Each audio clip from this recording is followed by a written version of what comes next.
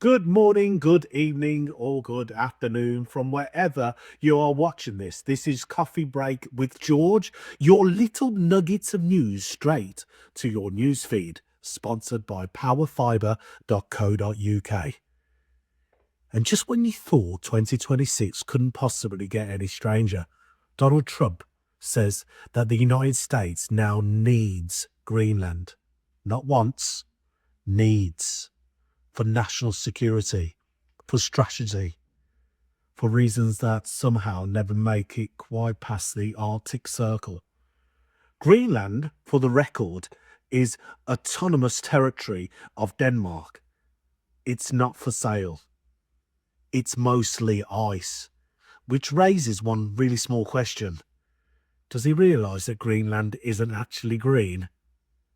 The name was essentially like medieval clickbait invented by the Vikings to make the place sound more appealing. Still working, apparently. Now, here's where things get really interesting. Because while politicians talk, prediction markets, they listen. And Polymarket, a platform where people put real money on real world outcomes, has become quite the barometer for global tensions. Not opinions, not punditry, money. People betting on what they genuinely believe will happen next. These markets don't move because someone had a feeling. They move because thousands of people looked at the same information and decided this is where things are heading. That's why journalists, analysts, and regulators watch them. Not because they're perfect, but because they often react before press conferences do. And just to be clear, this is hypothetical example. This is not an allegation. Totally hypothetical.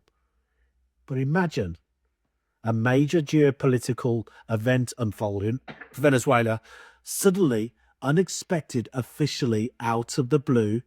Now imagine someone placing a £50,000 position on the prediction market hours before it happened. Not vague, really specific. And when the event does occur, that position doesn't double. It turns into millions. At that point, the question isn't luck. It's timing. And timing is why prediction markets make people uncomfortable. Because money tends to follow information. And information rarely leaks evenly. So yes, I'm going to be keeping an eye on Polymarket, the maps, and Zillow, because if Greenland is suddenly strategic, Antarctica feels less impossible and more pending approval. Anyway, that's enough for Copy Break with George. Good night, good afternoon, and I hope to see you soon.